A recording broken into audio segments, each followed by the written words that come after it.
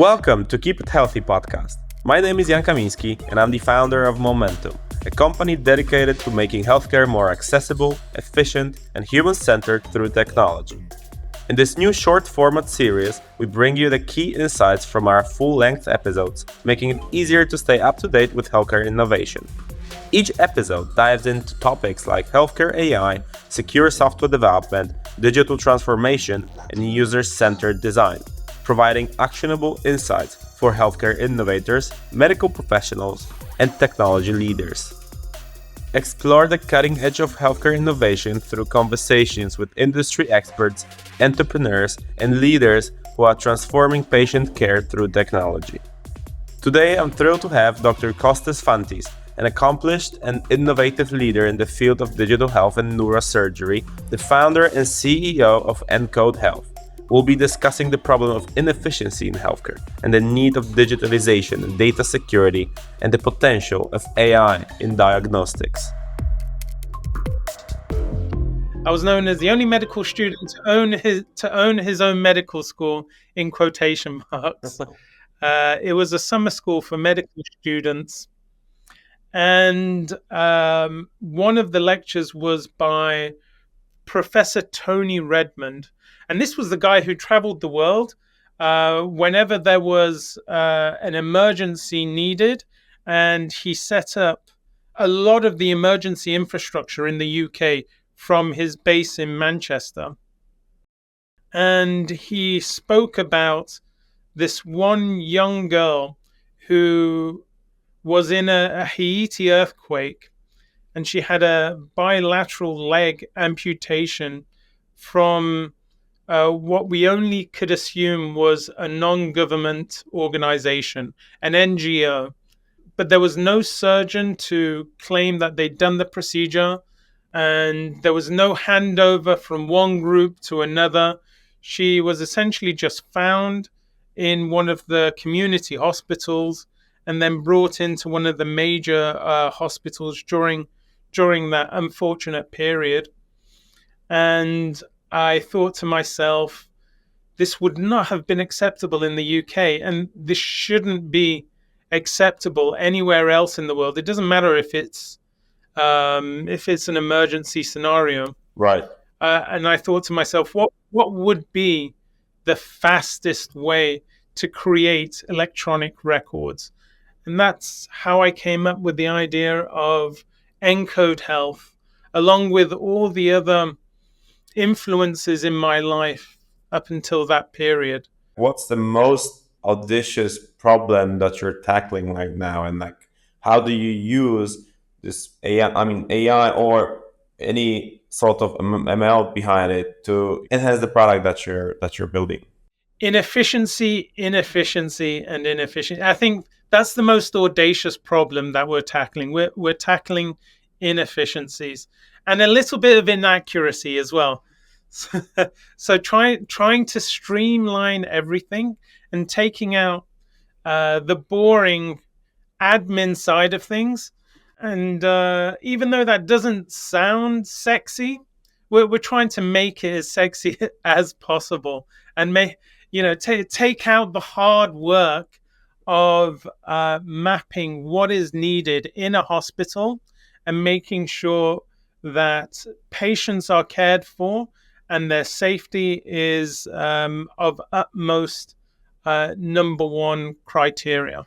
There are a lot of reasons why it's not working or why the inefficiency is there. So what are those? For some of the hospitals, especially in the surgical departments of some of the hospitals, the admin team is working at about 50% capacity. Okay.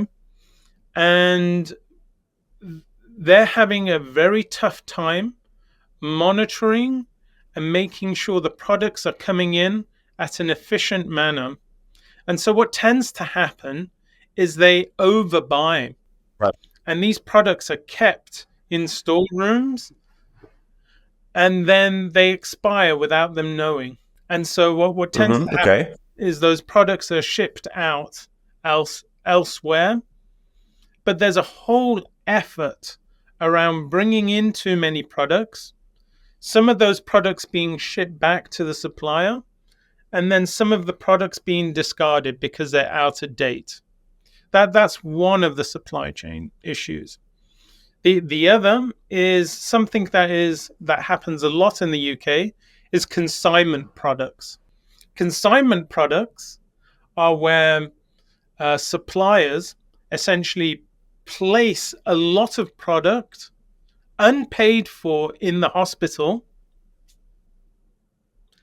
and then there is some effort required by the supply chain managers in hospitals and the representatives of the suppliers need to marry the information around stock usage. So it's essentially Excel spreadsheet, emailing back and forth, making sure that they're in agreement. Some of the stock goes missing, and so some of that capital expenditure that is used by the suppliers needs to be taken into account for. They're losing money, the hospital's losing money, and nobody really needs to lose this money if everything is more streamlined. Could you explain how is it connected with electronic health records? I tell you something about our electronic health records. It's only a very basic one. We don't really focus on it that much. The reason being is most hospitals have their own electronic health record system, and it is usually a lot more dynamic than the electronic health record system that we could provide. So we provide integrations with our system, and we have a calendar system as well. When a patient is booked in for a procedure, we can apply some algorithmic calculations to forecast what products, what inventory is needed within a week, within a month, within 2 months as well. I think the other area that's interesting is the use of AI, not only to find those particular therapeutics, but also AI to diagnose. So I know from my research that I've done that AI is being used to diagnose tumors at a molecular level using scanning techniques. Now, what do I mean by this? At the moment, if you have an MRI scan, there's a radiologist or a radiographer that looks at the scan, the imagery, and they say, okay, so this is glioblastoma. Okay, great. But further than that, what molecular diagnostics are associated with that particular glioblastoma? Is it a wild type? Down to the molecular level. Right. Using AI, you can potentially tell whether that particular glioblastoma has a wild type molecular diagnosis. They're doing a lot of this research in China. In fact, China are doing close to 60% of this type of research.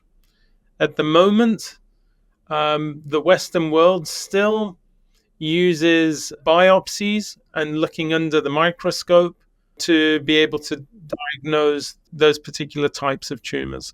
When you were building a product, were you using any external, like fractional advisors, medical advisors, or you use your own network? How did you try to master the market fit, and whom did you ask for advice while doing that? Yeah, absolutely. That's a good question. So before we even started, I've been lucky enough to be exposed to a very wide network, not only with medical device corporates, but also senior C-suite executives in hospitals, and also just the normal admin person, call them normal, but the admin person in hospitals as well, and being able to bring all of that information in together, along with the inspiration from Professor Tony Redmond, it just seemed like a natural fit to create a platform like Encode Health. We're still early stages, we're still being cautious around some of the functionality that we're developing. We've engaged with some of the largest medical device corporates to make sure that their pain point is being solved as well, and trying to make what we have a win-win for everybody, including the patient. Could you share a situation that you had to make a tough ethical decision in that sense, and how did you navigate it? Yeah, so there's quite a few things that we look at internally, but there are some products that we think about developing, and if we feel that there may be a breach in a patient's ethics, or it might compromise patient security, then even if there's a small chance of that happening, we tend to drop that feature. Do we need more doctors with a tech knowledge, or do we need more engineers and tech people with medical knowledge? What do you think? Which is the way, in your opinion? I think the most sustainable way of doing this is having groups of blended disciplines, multidisciplinary teams. In healthcare in general, we're quite used to this. In the tech world, I think we're getting used to it more and more now. So being able to work with healthcare providers and people who are engineers within AI, being able to blend those skills together is something that's new and will come more and more into the future to help drive healthcare forward and make it more personalized. If someone would like to invite you for the journey or contact you, where can we find where you're most active? On LinkedIn, or where is it? Yeah, on LinkedIn, you can find me on LinkedIn as Dr. Cos Fantis, COSFANTIS. You can email me at cosfantis@encodehealth.com. I think those are the two main areas that you'll get me. Thank you for tuning in to the condensed episode of Keep It Healthy. If you found these insights valuable, listen to the full conversation with Dr. Fantis, where we explored these topics in greater details. You'll find a link to the complete episode in the comments below. Don't forget to subscribe and stay updated with more healthcare innovation insights. This is Jan Kamiński from Momentum, and I'll catch you in the next episode.